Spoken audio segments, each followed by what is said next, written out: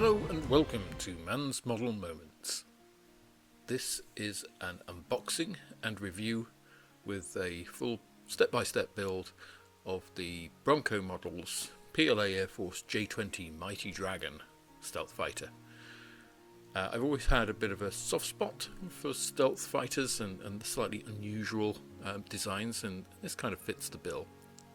This actually has the sort of box that I prefer, the top opening box rather than the end opening single piece. And inside are individually bagged sprues, 3 main sprues for the aircraft, and one for the decals, one for the transparencies. A full colour, quite glossy instruction set with a number of camouflage schemes for the PLA training units and operational. Going ahead and opening all of these bags and taking the sprues out. The sprues actually themselves are medium grade plastic, pretty flexible, which was a little surprising.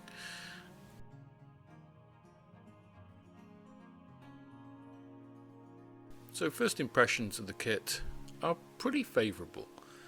The single large top piece is pretty nicely moulded, really fine panel lines.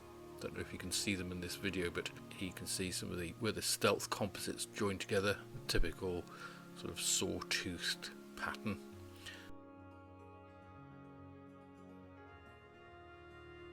A lot of internal bracing. It's a very strange, complex shape, so Bronco put internal bracing which kind of strengthens that whole structure, which is quite nice.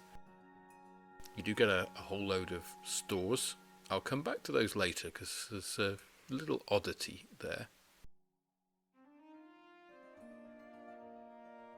And then again the lower sprue, lower fuselage, quite deep, little supporting sprue across the bottom, because it's a relatively fragile piece. The decals are enclosed in their own bag, as is the transparency, which is nice and clear. Quite commendably clear. So overall, first impressions kit, pretty good.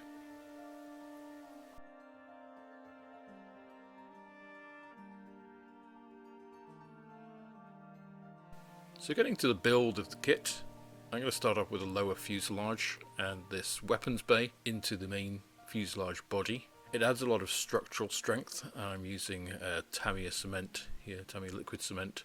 Not the extra thin, which is the green top here, which I'm going to use for the undercarriage bays, which are a little bit more complex. 2 pieces that you have to put in the right order. I recommend a lot of test fitting to ensure you get it right, because it's not particularly intuitive in the instructions, although they do tell you how to do it. Because once you get it, it's easy, but test fitting is really important to be able to get that right, and you do need to kind of manipulate everything, make sure it all goes together, and you can tell when it's correct. All the pieces do go together very nicely.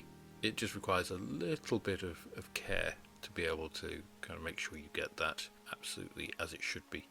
And once together, they do add a lot of structural strength, and you can see they kind of bridge that whole gap in the fuselage in the middle there.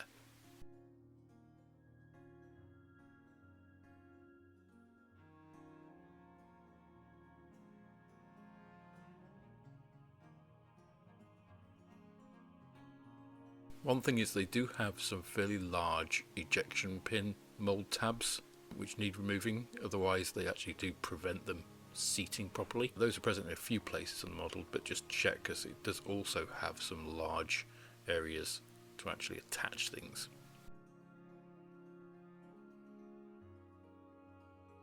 So the other part on the lower fuselage are the lower stabilisers, sort of lower vertical stabilizer fins. It has candid out at angles. They fit in very nicely, just friction fit, and then just fixed with Tamiya thin. No problems in actually getting those there and seating them at the correct angle. They all fit really well.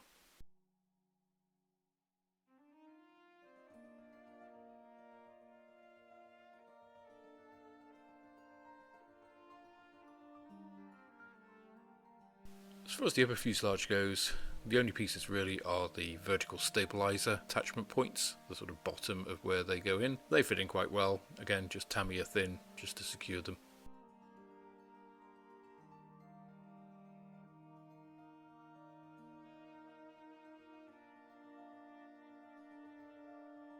The engine exhausts, kit ones are quite adequate for this. I'm only doing a straightforward build here. I'm not trying to go overboard or add any extras here. I'm just adding, again, Tamiya cement rather than thin because it does require, it's difficult to get access there, and I don't really want to get any glue outside of the exhausts themselves. Cockpit itself, again, some of these large ejection pin marks prevent it actually seating if you don't get rid of those. There is a positive seating point, a little pin that goes into, and then it sits on top of the forward fuselage undercarriage bay, and then it's easy, just put a bit of Tamiya thin in there just to secure it in place. Not much detail in the cockpit. Ejection seat is pretty basic. It's okay because you're not going to see a huge amount, and again, I'm not going to do a big detailing on this kit. This is really just an out-of-the-box review on the quality of the kit itself. A couple of pieces that are quite fiddly here are the little side joysticks for the throttle and control column, so you just need a little bit of care just to be able to get those, clean them up and put them in place. So definitely you're going to need some tweezers to be able to get those in place.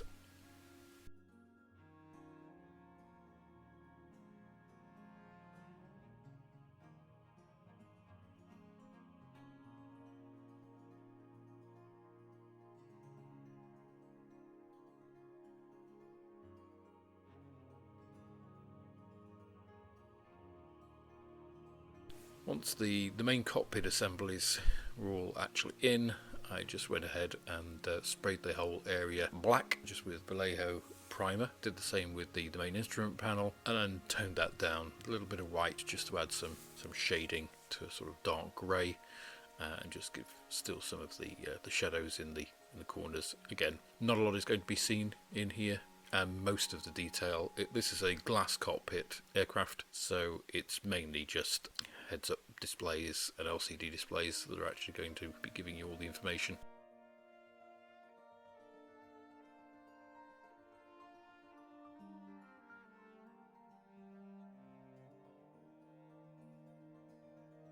I went ahead and sprayed some of the areas that might be visible through the air intakes, just black those out, just so you're not seeing plastic, both the upper and lower air intake areas.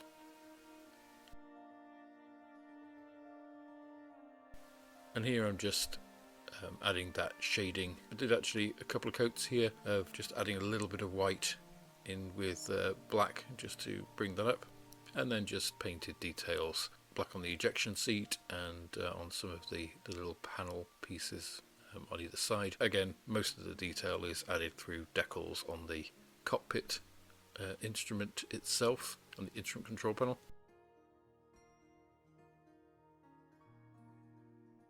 The instrument panel itself has a large heads-up display. That is solid in the kit.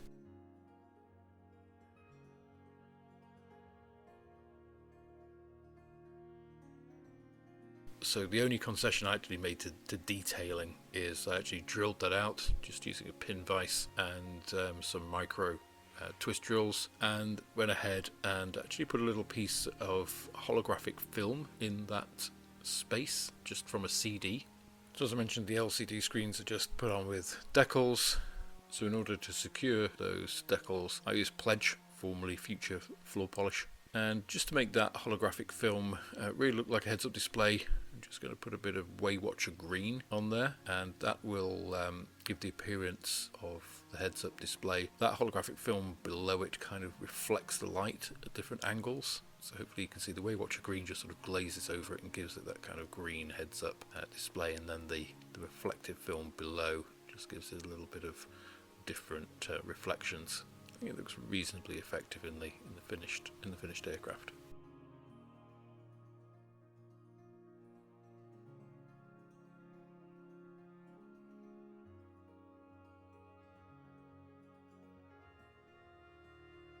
Next step is to actually skewer those decals. So It's a pretty straightforward process. Standard water slide decals. The main thing is, of course, they are small and fiddly. So it just takes a little bit of patience, a little bit of care to get those decals on, but I didn't find any problem with the decals themselves. They didn't curl, they've got a good register, they reacted pretty well to the pledge, settled down quite nicely.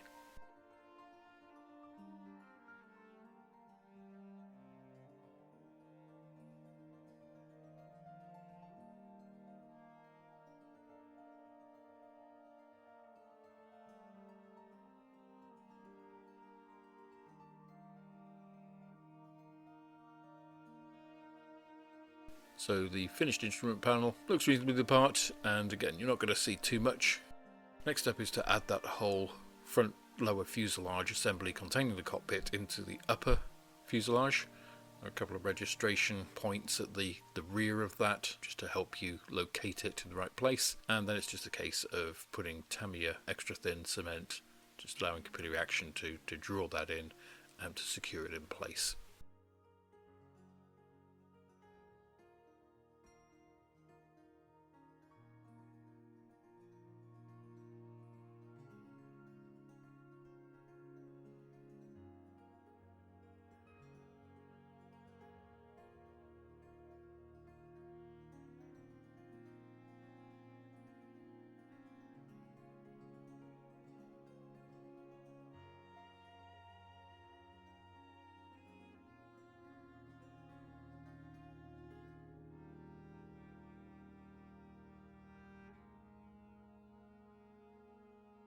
We'll then turn our attention back to the lower fuselage and actually add the canards. Canards are both preset at the right angle. They've got a couple of little registration lugs which kind of hold onto the fuselage itself. They sort of clip in, and they're quite a positive fit. So they fit very nicely. You just need a bit of Tamiya thin again just to go in, and you can see they present the correct angle. That was a nice, easy job. So once all those pieces are dry, you can move on to test fitting. It's a good idea to test fit. There's a lot of registration lugs, so I found it easier to go from the rear of the aircraft. So there's a lot of these internal pin and collet kind of joins. A quick test fit just kind of gives you an idea of how to do it.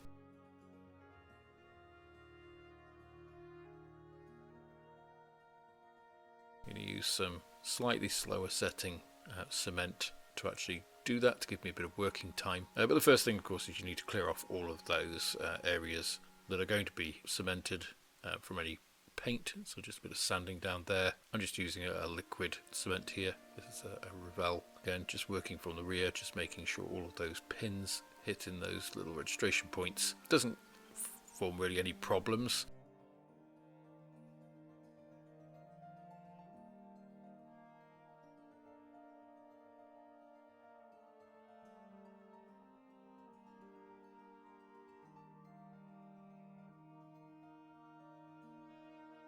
I had more problems, as you can see here, actually clamping the model because it's such a complex shape and there's a lot of curves there. It's very difficult to actually clamp onto the fuselage and have those clamps remain without exerting too much force. I ended up using a couple of clamps on the wings and then one on the middle of the fuselage, slightly different design, which gives a little bit more like finger pressure.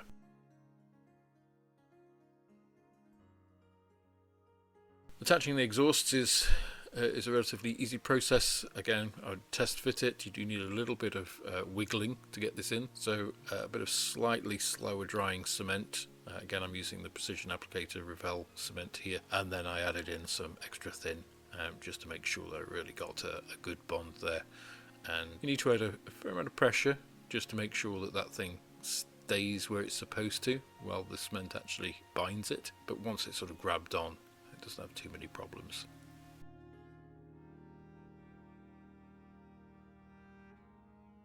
The vertical stabilisers for some reason have slots in them. No reference photos that I found had those. So the next thing I did was fill those. I just used some sprue goo, just sprue dissolved in old cement.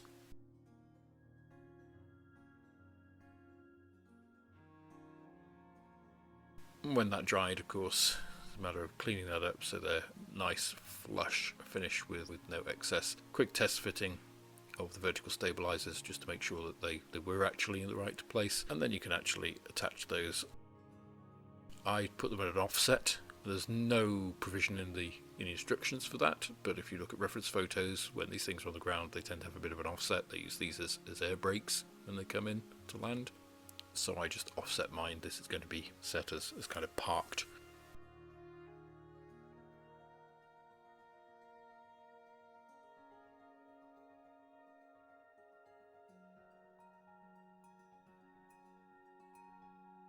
Next piece is to put the control surfaces at the rear of the wings. These just slot in. Again, there's no provision for having them in a different position at all.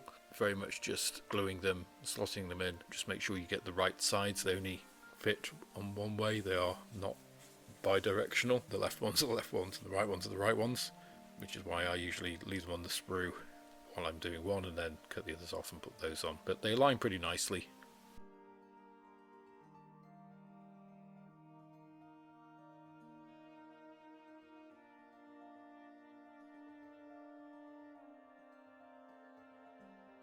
And then there's a small pod that just goes on the underside of the aircraft. One of the things about this aircraft is there's a lot of weight at the back of it, and without any added weight in the nose, it's going to be a real tail sitter. So I absolutely packed the nose with white metal, mixture of fishing weights and odd sprue offcuts from old metal models in the past. So you can see I've got a little bag that I keep all the times I've clipped off any metal models. I always keep all the bits. And then I went further and actually added a whole bunch of white metal in that space between the cockpit and the nose. Just make sure that you're not putting so much in that the nose doesn't fit anymore, so just keep regularly checking the nose still fits. I actually put slightly too much in and had to pull some out before the glue set.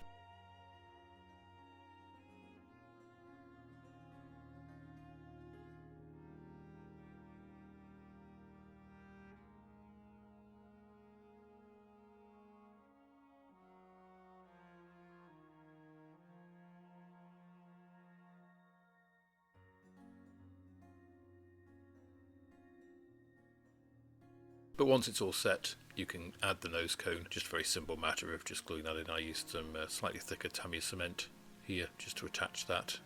It didn't have any problems, and it's certainly starting to look like the aircraft now. At some angles it looks like a Raptor, in other angles it looks completely different.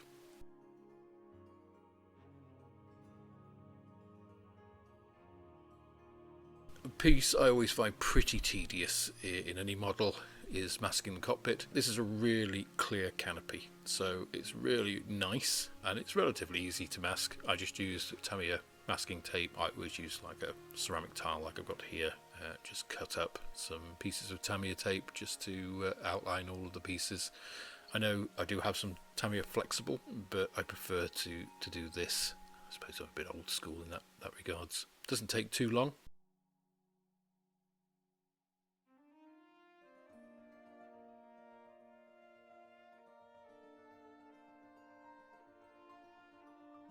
Once that's done, I use some art masking fluid just to go over the main pieces, so I don't go right up to the edge, but it's really basically just to seal all of the gaps that might develop in that masking tape, because the last thing you want is to have excess paint on this canopy. It's really nice and clear. It'd be a shame to spoil it. So one thing I did notice is the join between the nose cone and the rest of the fuselage did have a bit of a gap, and there are also some little gaps at the front where the two pieces of the fuselage meet. So I just masked off the nose cone piece because I wanted to preserve those kind of stealth zigzag join, and then just use sprue glue to actually go over that. Attach the canopy using PVA glue. I've done this for a very long time. PVA glue is non-hazing, so some super glues and plastic glues will actually haze the canopy if it's not well ventilated, and many aren't, so I never risk it. Just use PVA glue. It's not a load bearing area, so it shouldn't have any problems.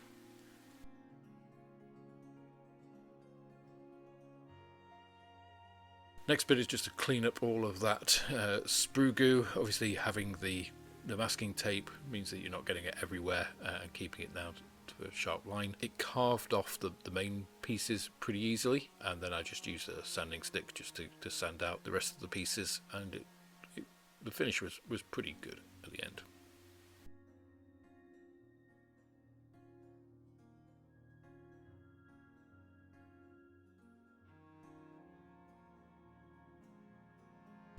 One of the last pieces that I did was the ordnance, the IR missiles. Actually have tiny little fins to go on the back. They're super fiddly.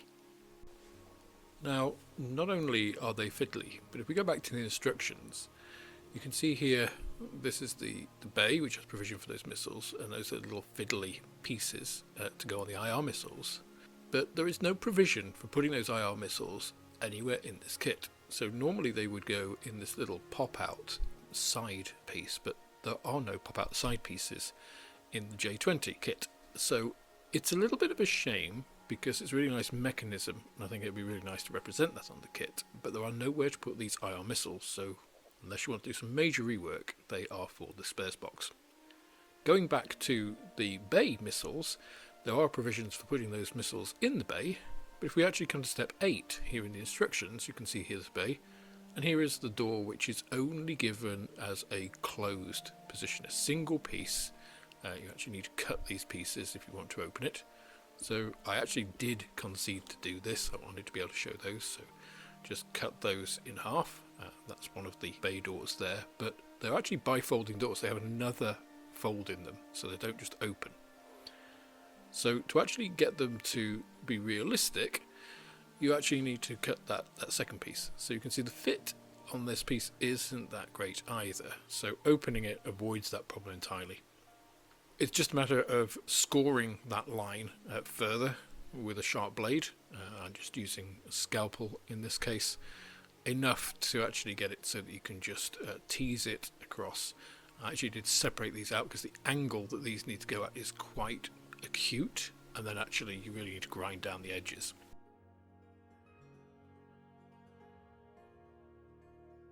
As far as the radar guided missiles go, putting these in is pretty simple. There's a little slot in each missile, there's a little tab on the inside of the bay, and it's just a matter of popping a little bit of super glue in and attaching each of the missiles into the bay in turn, and that's pretty easily done.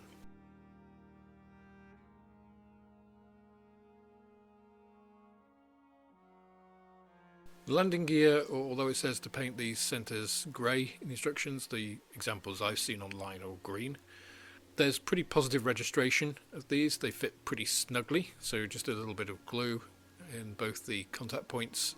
The second one can be a little bit of a fiddle to get in, but nothing too onerous. And the front landing gear likewise attaches quite snugly, and again that secondary strut just needs a little bit of adjustment to get in.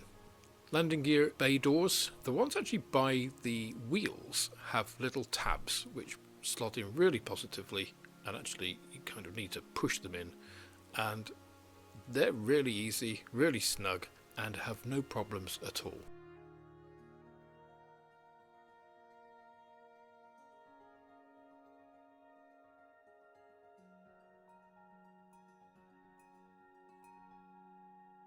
What needs a little bit more work are the actuating struts that actually pull those out. They are very small, as you can see here.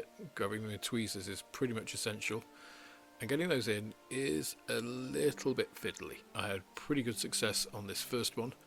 The second one proved a little bit more challenging, as you probably see here.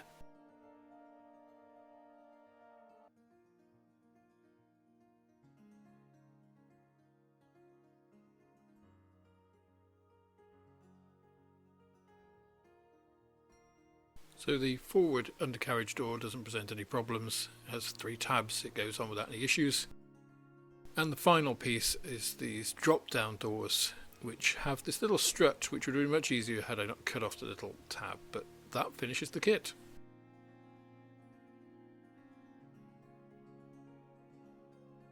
Time for the money shot. So I really like this model. I like the aircraft. I think it comes out well. It shows the overall look of the J-20, and yeah, I'm relatively pleased with the result. So what are the conclusions we can draw? Well, I used to be a reviewer back in the early 2000s, so I got a bit of an idea of what to look over. So you can see here kind of how I've graded the kit. I can go over this scoring system at some point if it's useful for people, but overall, score 70, which is really good. I give it a silver, and I don't have any hesitation in recommending the kit. That's all for this instalment of Mann's Model Moments. Please like, subscribe and share, and I look forward to welcoming you on the next one.